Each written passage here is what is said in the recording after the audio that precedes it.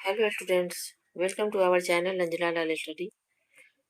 Students, आज मैं हिंदी व्याकरण के एक महत्वपूर्ण टॉपिक पर वीडियो लेकर आई हूँ और वो टॉपिक है वर्ण और वर्ण के भेद। आज के इस वीडियो में मैं आपको बताऊंगी वर्ण किसे कहते हैं, वर्ण के कितने भेद होते हैं और वर्ण के भेदों को मैं विस्तृत रूप से समझाऊंगी। तो वीडियो को स्किप नहीं कीजिएगा, पूरा देखिएगा, तभी आपको अच्छी तरह से समझ में आएगा। और यदि वीडियो आपको पसंद आए तो लाइक, कमेंट एंड शेयर कीजिएगा और चैनल पर नए हैं तो सब्सक्राइब भी कर दीजिएगा, साथ ही बेल आइकन को प्रेस करना नहीं भूलिएगा। तो चलिए अब इस वीडियो स्टार्ट करते हैं। सबसे पहले जानते हैं वर्ण किसे कहते हैं, वर्ण की परिभाषा क्या है। वर्ण वह छोटी से छोटी मूल ध्वनि है जिसके खंड या टुकड़े नहीं किए जा सकते, जैसे अ, आ, ई, उ, री, ए, क, च, त, प, य इत्यादि। इसे हम अलग नहीं कर सकते हैं। जब भी हम बोलेंगे तो आ इस तरह से, इसे हम कभी भी अलग नहीं कर सकते हैं। वर्ण को अक्षर भी कहा जाता है। अब हम जानते हैं वर्ण के कितने भेद होते हैं। वर्ण दो प्रकार के होते हैं। पहला होता है स्वर वर्ण और दूसरा व्यंजन वर्ण। स्वर वर्ण को वॉवेल्स कहते हैं और व्यंजन वर्ण को कॉन्सोनेंट्स कहते हैं। अब हम स्वर वर्ण किसे कहते हैं, इसे जानते हैं। जिन वर्णों का उच्चारण बिना किसी सहायता के स्वतंत्र रूप से किया जाता है उसे स्वर वर्ण कहते हैं। हिंदी वर्णमाला में अ से अ तक स्वर वर्ण माने जाते हैं। इनका उच्चारण करने में हमें किसी और वर्ण की सहायता नहीं लेनी पड़ती है। स्वर वर्ण 11 होते हैं, अ से लेकर अ तक, और 2 अयोग वाह होते हैं, जैसे अंग और आ। अब मैं बताने जा रही हूँ स्वर वर्ण के भेद। स्वर वर्ण के कितने भेद होते हैं उनको मैं विस्तृत रूप से बताऊंगी। स्वर वर्ण के 3 भेद होते हैं।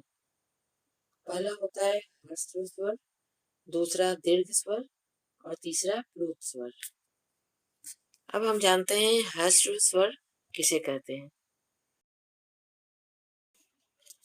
जिन स्वरों को बोलने में कम समय लगता है उसे ह्रस्व स्वर कहते हैं, जैसे अ, ई, उ, री।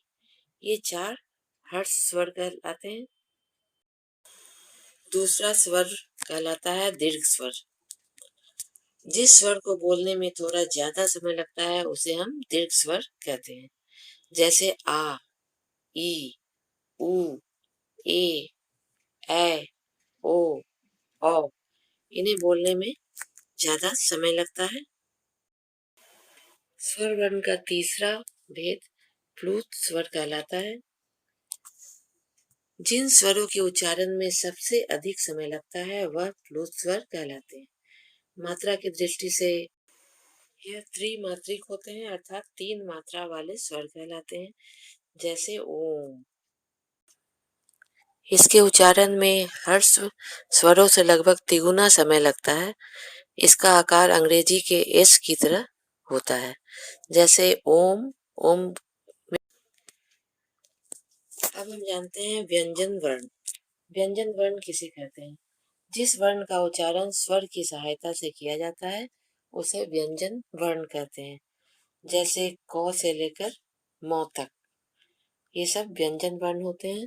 व्यंजन वर्ण 39 होते हैं। जैसे हम क बोलते हैं या ख बोलते हैं तो क उसके साथ साथ अ आता है पीछे पीछे, यानी हमें क बोलने में अ की सहायता लेनी पड़ती है। तब हम जानेंगे व्यंजन वर्ण के कितने भेद होते हैं। स्टूडेंट्स, व्यंजन वर्ण के 3 भेद होते हैं। पहला होता है स्पर्श व्यंजन, दूसरा अंतस्थ व्यंजन और तीसरा ऊष्म व्यंजन। आइए अब हम सीखते हैं व्यंजन वर्ण का पहला भेद स्पर्श व्यंजन किसे कहते हैं। इन वर्णों का उच्चारण कंठ, मूर्धा, दांत एवं ओष्ठ द्वारा किया जाता है, जैसे क, ख, ग। स्पर्श का अर्थ होता है छूना।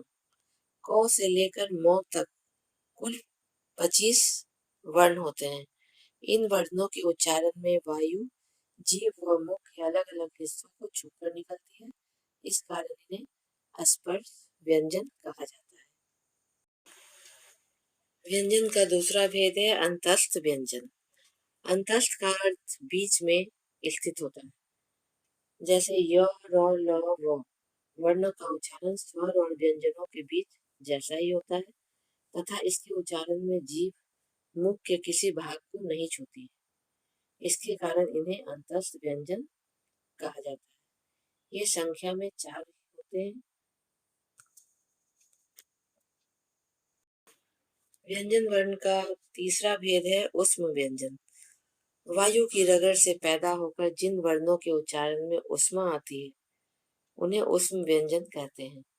ऊष्म का अर्थ ताप या गर्मी होता है। ऊष्म व्यंजन 4 होते हैं: तालव्य स्व, मूर्धन्य स्व, दंत स्व और ह। स्टूडेंट्स, आशा है आपको अच्छे से समझ में आ गया होगा वर्ण किसे कहते हैं और वर्ण के भेद। तो मिलते हैं अगले वीडियो में अगले टॉपिक के साथ। तब तक के लिए बाय बाय।